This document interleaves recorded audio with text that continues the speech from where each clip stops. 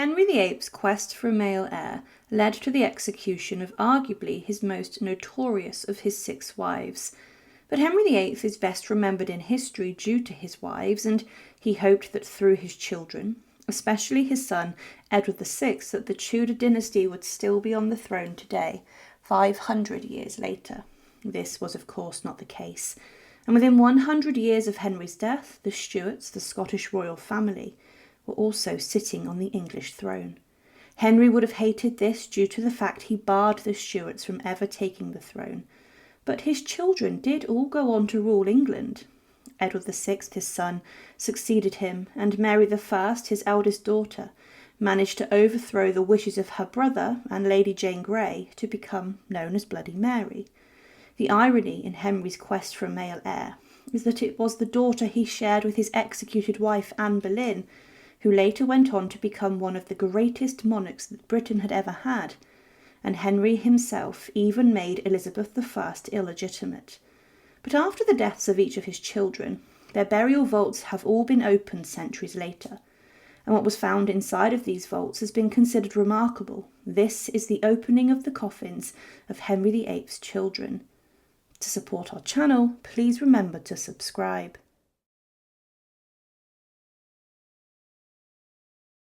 Following the death of King Henry VIII, the son he greatly wished for took over as the King of England, succeeding his brutal and tyrannical father. But the plan was for Edward VI to reign for a long time, and for his son's children to then continue the Tudor dynasty for centuries. But this never happened, as at the age of 15 inside of Greenwich Palace, the ill King of England succumbed to a terrible death, and he was for his last few months suffering. Edward VI was buried following his death inside of Westminster Abbey, but his resting place for a long time was lost.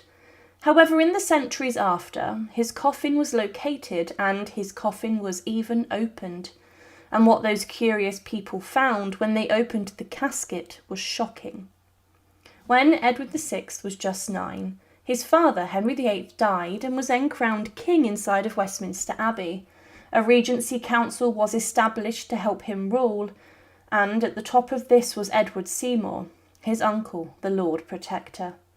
However, in 1550, Edward VI was stricken with a mysterious illness which was very serious, and the royal doctors and physicians believed that this was possible, that Edward could have died, and because of this they were worried who would become king or queen next if Edward, the young boy, did die.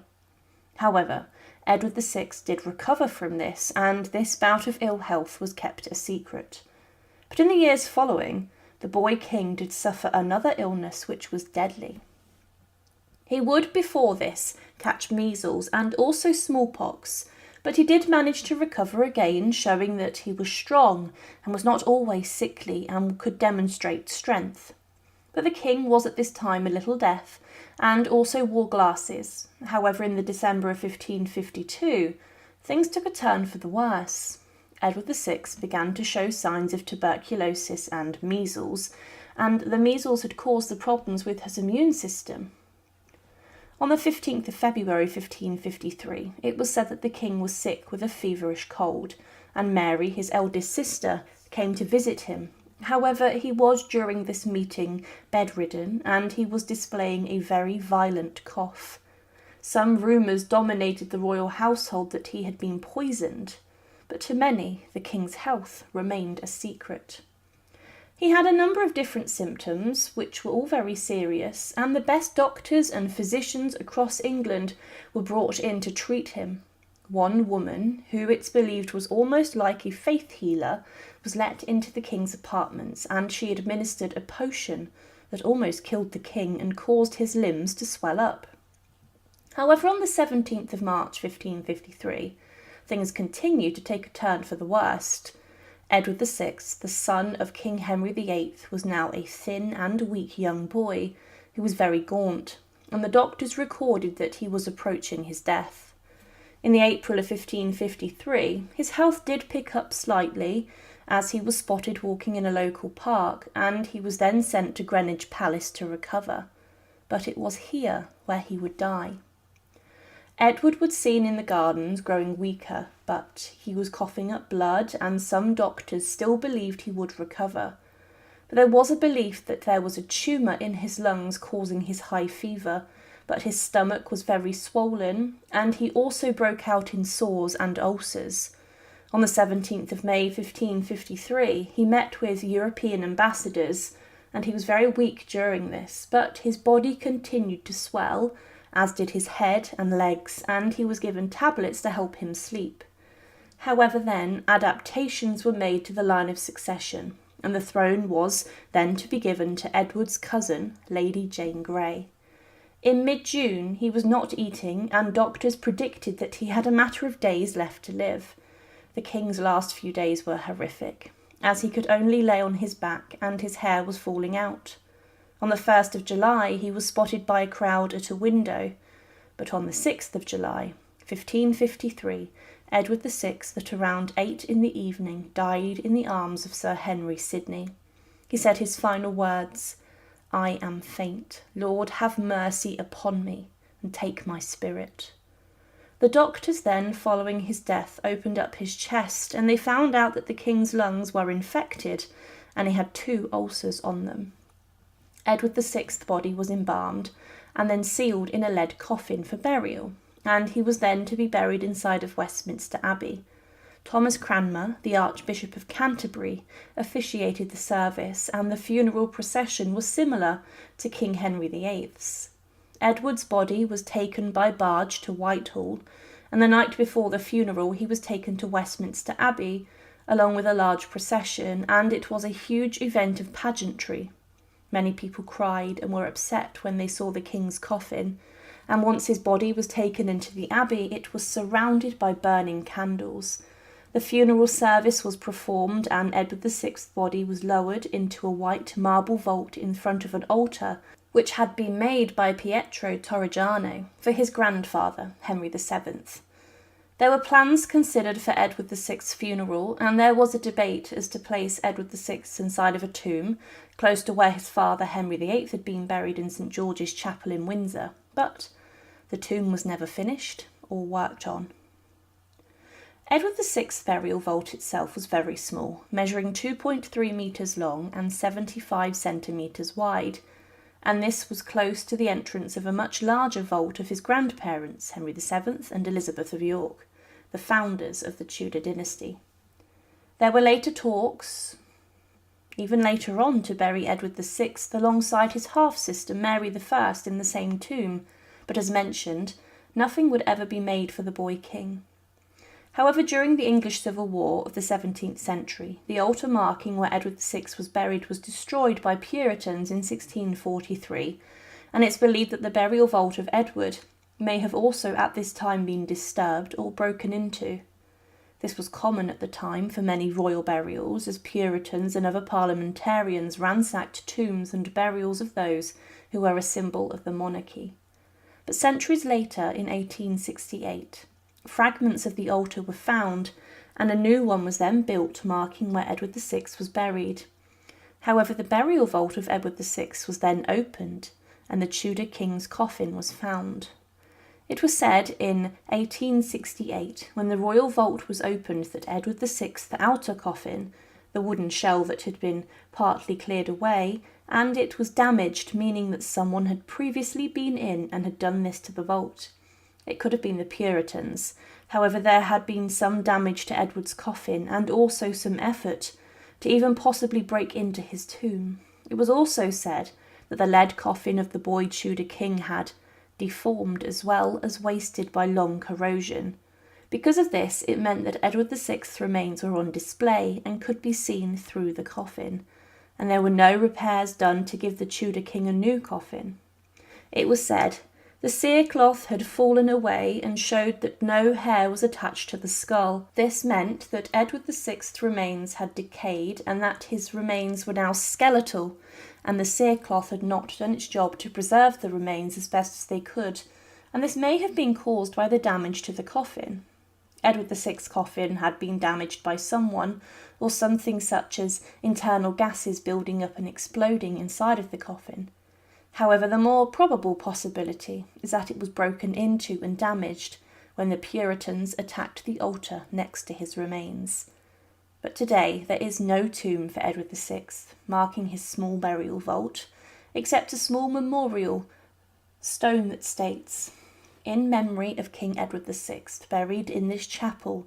This stone was placed here by the Christ's Hospital in thanksgiving for their founder, the 7th of October, 1966. Edward VI was the great hope for the Tudor dynasty, and he was the son that Henry VIII greatly wished for and wanted. However, his life was tinged with sadness and tragedy. As his teenage years, he died a very painful death, and his demise was horrific and brutal. But the mysterious damage to Edward's coffin inside of the burial vault was never repaired, and there were no efforts to sort this out, meaning that today Edward VI's skull may still be sitting inside of a damaged coffin.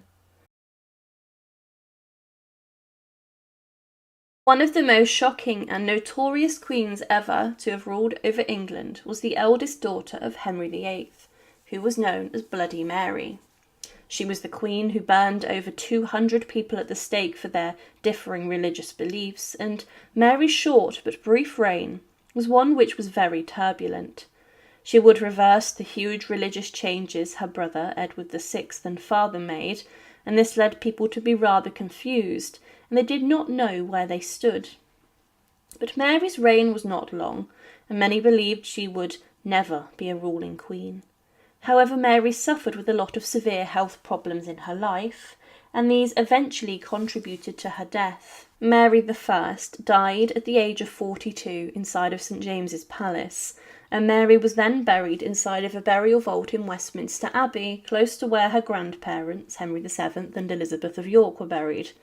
But the burial vault of Mary I was disturbed a number of times, and shockingly, when it was last opened, what those people found was shocking.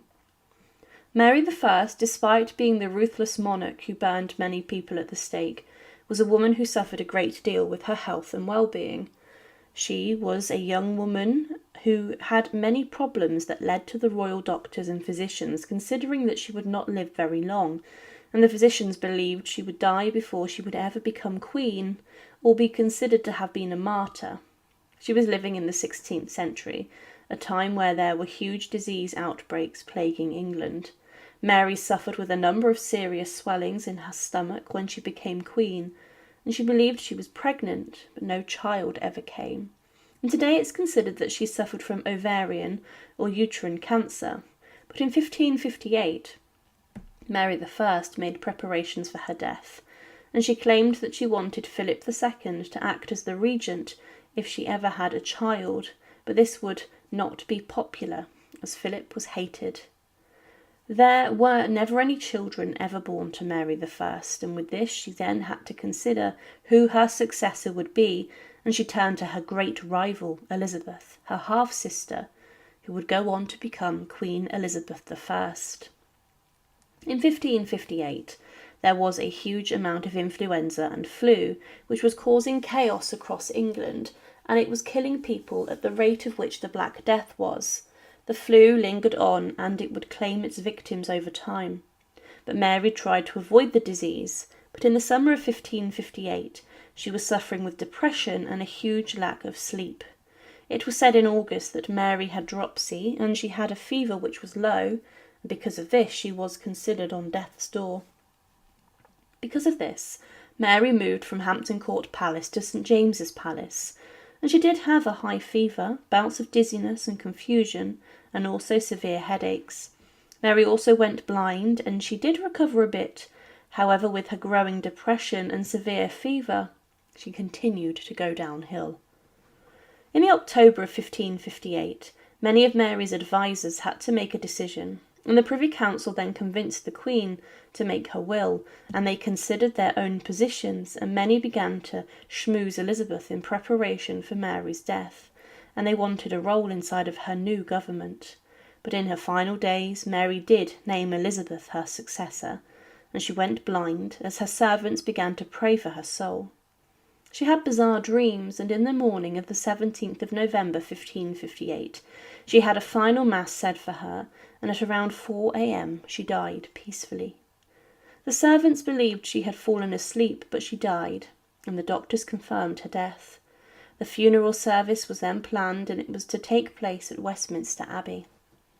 Mary I's reign over England was very short, but she made history, being the first queen to reign in her own right after being crowned during a coronation. And she was interred inside of Westminster Abbey.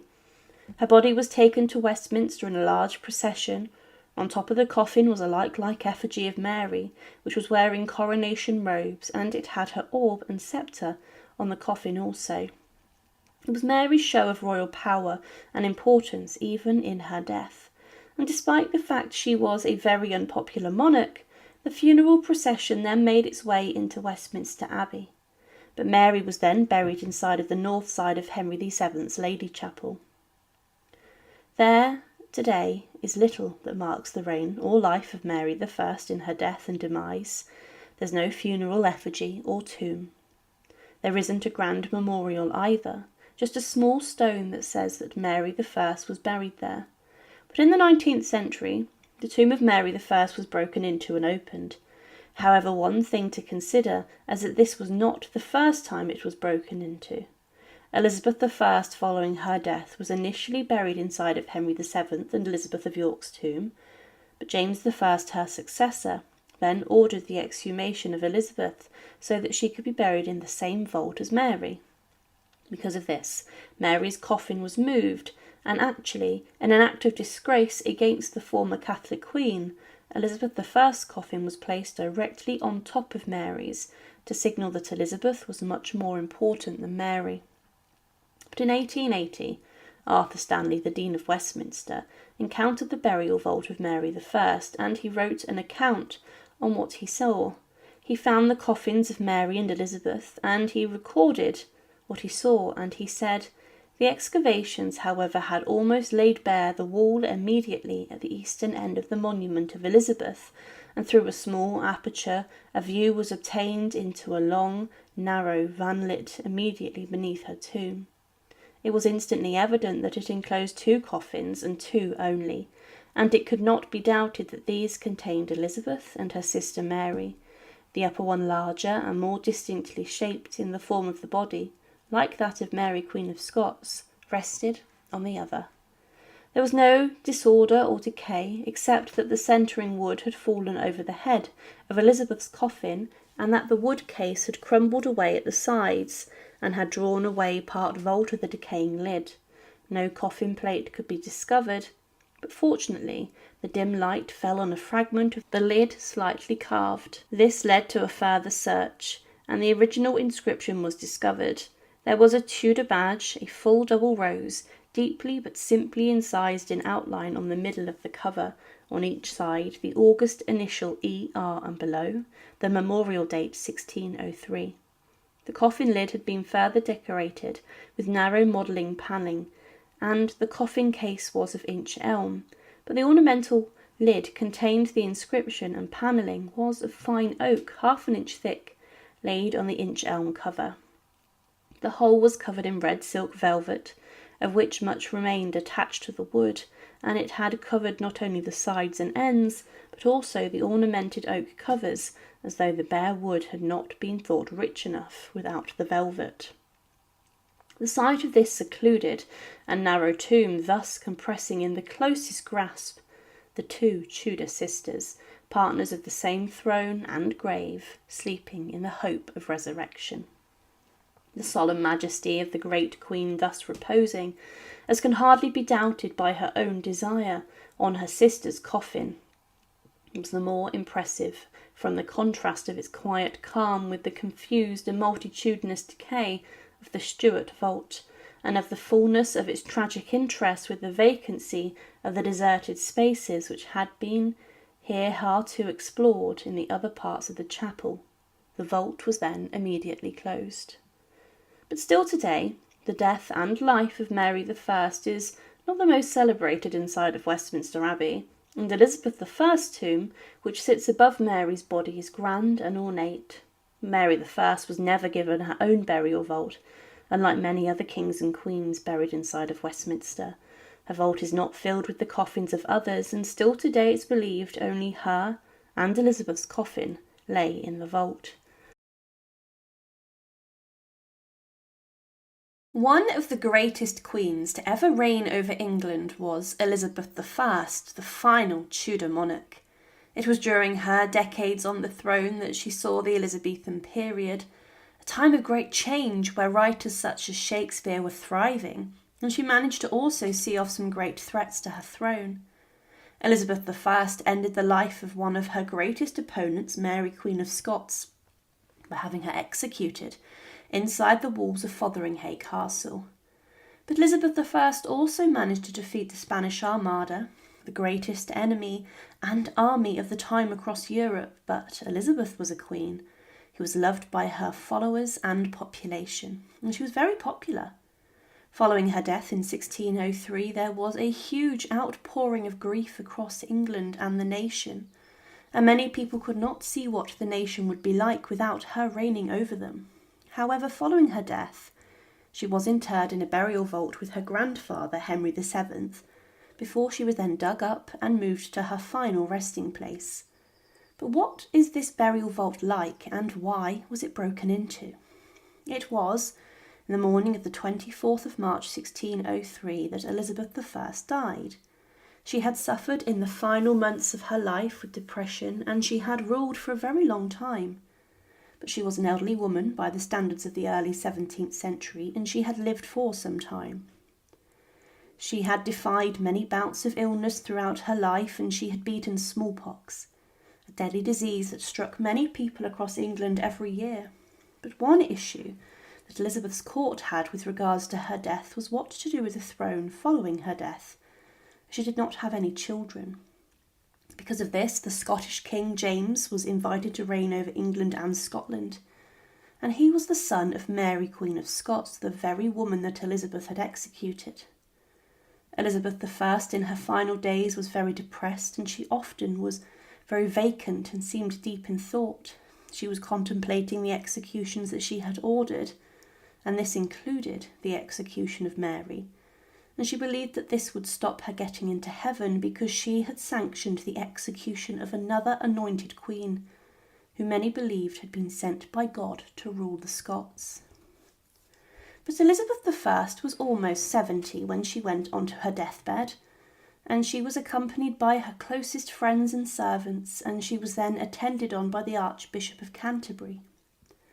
He offered the Queen spiritual guidance, and he told her that she would rule again in heaven as a queen. But her close friends who had died in the months before were in her thoughts, and Elizabeth believed she would one day see them again in the afterlife. And she was told to hold God in her thoughts, who would guide her through. However, the Queen's throat swelled and she struggled to speak, and because of this, many knew that death was coming. Inside of her private bedroom in Richmond Palace, Elizabeth I died, and she had left instructions as what should happen to her remains following her death.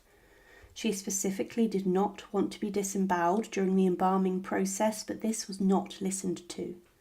During this process, the royal doctors and physicians cut open the Queen's body, and they removed her heart and also her other organs, and then her chest was stuffed with spices to keep away decay in an effort to preserve her before her funeral. But this proved to be the correct decision, as during the procession to her burial site of Westminster Abbey, it's believed that her body exploded due to the release of a number of gases, and that the explosion then even splintered the coffin and caused damage to it. However, Elizabeth, after her death, was then placed inside of a lead-lined coffin which had been decorated with Tudor imagery, and she was left inside of Richmond Palace before it was then time for the funeral procession. The journey was rather long, and it gave the public a chance to see their queen and to pay their respects to her. Elizabeth's coffin was placed on the royal barge and was then transported down the River Thames and then travelled towards the Palace of Whitehall. The coffin was covered in black velvet and her ladies kept watch on it. However, it was claimed that during the procession on the Thames that the oars at every stroke did tears let fall, and it was a very sorry sight. One onlooker wrote of the funeral procession that begun on the 28th of April 1603 that the city of Westminster was subcharged with a multitude of all sorts of people in the streets, houses, leads and gutters that came to see the obsequies. There was such a general sighing, groaning and weeping as the like has not been seen or known in the memory of man. On top of Elizabeth I's coffin was also her funeral effigy, which was dressed in her Parliament robes, and on the head of the effigy was the crown of the Queen. In her hands were the sceptres of power, and this was significant, as this was a first time for most that they had seen an image of their Queen. When the coffin arrived at Westminster Abbey, it was carried into the church by the yeomen of the guard, and the funeral of the Queen was conducted by Dean Andrews of Westminster, and following this her coffin was taken to the Lady Chapel ready for burial.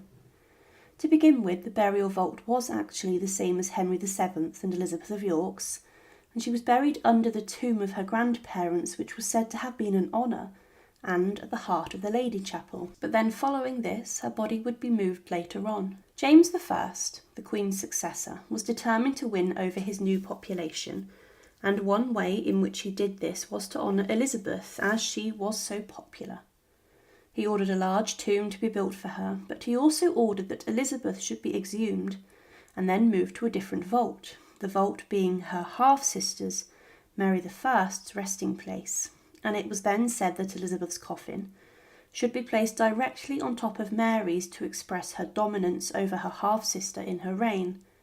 This tomb for Elizabeth is huge and is still there today, and she was buried in a room opposite her rival, Mary, Queen of Scots. It was said that 46 shillings and 4 pence was paid for the removal of Elizabeth's body, and then for the reburial in the new vault. However, in 1880, a book was published by the Dean of Westminster, Arthur Stanley, and in this he documents his exploration into the different vaults and burial sites of Westminster Abbey. He had been given special permission to look inside the royal vaults, and he wanted to locate the coffin of King James I. And he did find this in the burial vault of Henry VII and Elizabeth of York. So James had moved Elizabeth I out of this vault so that he could then be buried inside of it. But Arthur Stanley then explored some other rooms from the royal vault, and he came across an aisle underground at the east end of the tomb of Elizabeth I, and he found a small opening in the wall where he then crept through and entered the burial vault of Elizabeth I and Mary I. There were no other coffins, but Elizabeth I's remains had been laid to rest for 2 centuries. He wrote about what he saw and said, "The excavations, however, had almost laid bare the wall immediately at the eastern end of the monument of Elizabeth, and through a small aperture a view was obtained into a low, narrow vault immediately beneath her tomb. It was instantly evident that it enclosed 2 coffins, and 2 only, and it could not be doubted that these contained Elizabeth and her sister Mary, the upper one larger, and more distinctly shaped in the form of the body, like that of Mary Queen of Scots, rested on the other.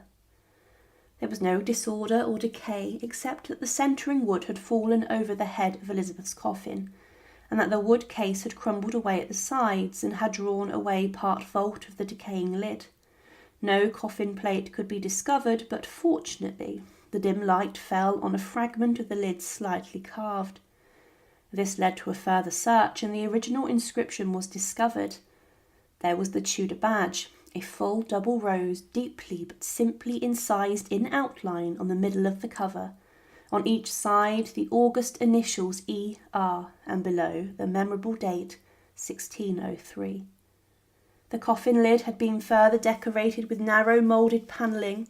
The coffin case was of inch elm, but the ornamental lid containing the inscription and panelling was of fine oak, half an inch thick, laid on the inch elm cover. The whole was covered in red silk velvet, of which much remained attached to the wood, and it had covered not only the sides and ends, but also the ornamented oak cover, as though the bare wood had not been thought rich enough without the velvet. The sight of this secluded and narrow tomb, thus compressing in the closest grasp the 2 Tudor sisters, partners of the same throne and grave, sleeping in the hope of resurrection.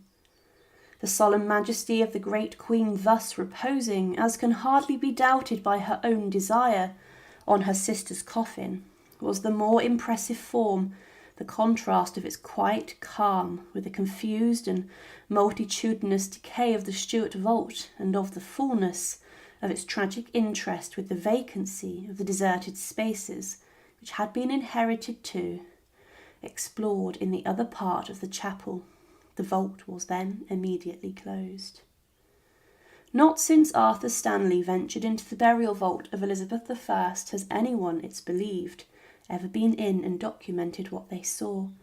It's considered a sacred space, and the final Tudor monarch is laid to rest in a better manner than others inside of Westminster Abbey had been.